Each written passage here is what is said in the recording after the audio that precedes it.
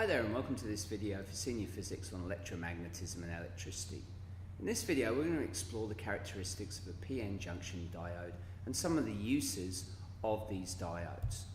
Now basically the characteristics for a diode can be set up using the circuit that you can see opposite. Now what we've got here is a PD which is basically controlled using a variable resistor. That's the resistor with the arrow, the first one on the left hand side. That then flows through a diode where a voltmeter is attached in parallel across it. Then it flows through a resistor and then a current is basically measured using a milliammeter. Then it goes back to the power supply.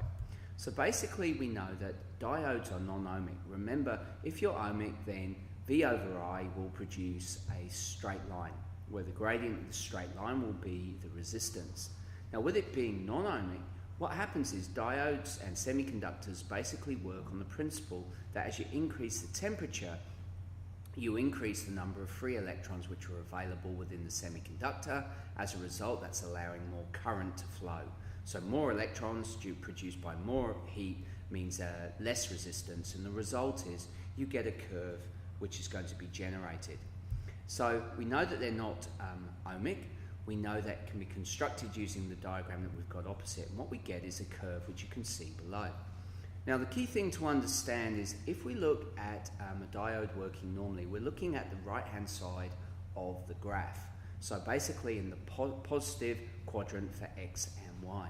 And you will notice that where the blue circle is, this is at the diode working in the forward bias. Now if we track down from that vertical line, you can see it crosses the x-axis around about between 0.5 and round about 0.7 volts. Now if you remember back to what we were talking about, 0.7 volts is 0.7 joules per coulomb. That's the amount of energy that is required for the electrons in the n-type conductor to flow into the p-type conductor, into those holes, and basically have enough energy to jump over that depletion zone. So as soon as you're able to jump over that depletion zone, then you've got current flowing, there's no problem. There is no increase in voltage. You only need that 0.7 joules of energy, and then that's it. All electrons will clear that depletion zone, regardless if we put more volts into the system. So this is known as the forward bias, okay, because it's working in the forward direction. Now you will notice that, as I say, it never gets higher, the voltage never gets higher than 0.7 volts, but in the reverse bias, as denoted by the yellow, you will notice that it takes a huge amount of voltage before you get a drop in current.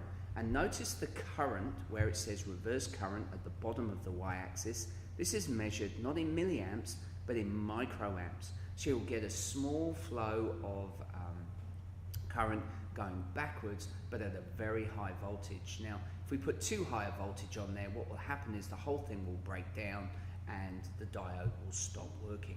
So that's basically what's happening in a reverse bias situation. So it prevents the current flowing through at high voltages, and the result is you're going to protect the system. The key thing as students is that often in an exam you might be given one of these curves and expected to read into it the idea of forward bias, i.e. you read the curve on the right hand side, or reverse bias where you're working on the left hand side of the graph. And it's important that you understand those two concepts. As I say, it's going to make life easier when you read the question. You're looking for forward bias or reverse bias, and that tells you where to look on the graph. Once you're able to look on the graph, the result is you can work out various voltages, etc., etc., and then you can be asked questions accordingly. So that basically runs through the current and voltage characteristics for a diode. Now what we're going to do is look at, well, what are the uses of these diodes? Now one of the uses of a diode is something like an LED. Now you can see LEDs here.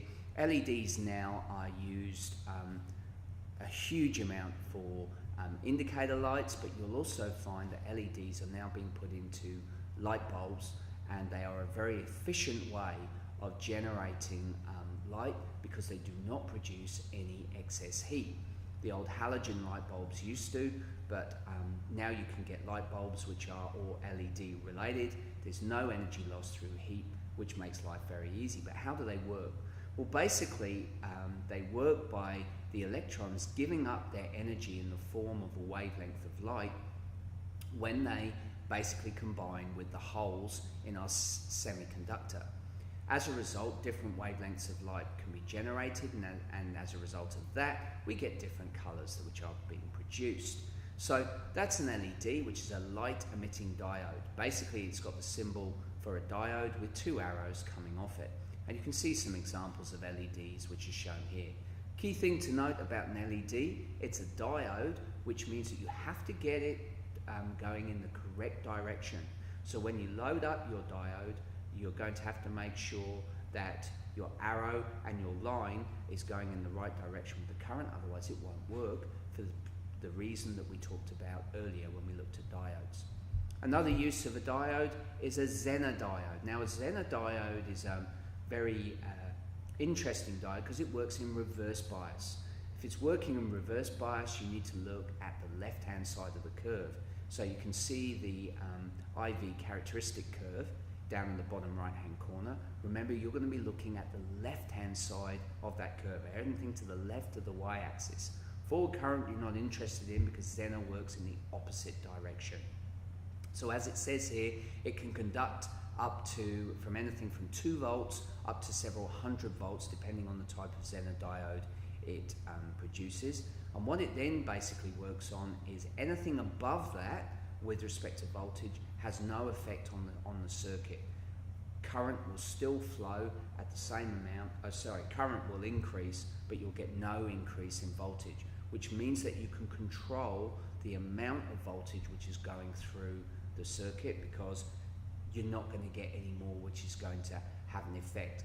You'll only get a certain amount of voltage which is going to control that circuit, and as a result it makes it a very, very good voltage regulator. So Zener diodes, you can see the symbol shown in that second diagram. They work in reverse bias, meaning that you've got to look at the left-hand side of the y-axis if you've got an IV characteristic curve. Okay, another thing that we can have is a thermistor. You can see the symbol here.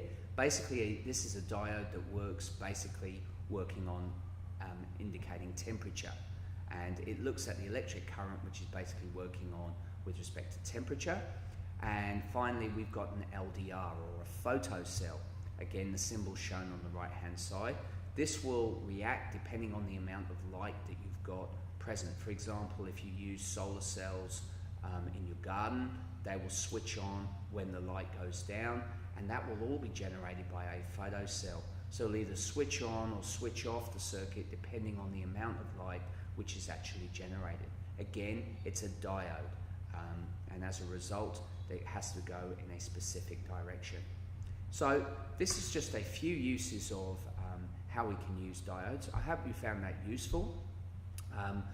Join me again for our next video, where we're going to combine everything together and look at how we convert AC to DC using our diodes and our capacitors, which will round off this topic of electronics. Okay, well, thanks for watching, and I look forward to you joining me again.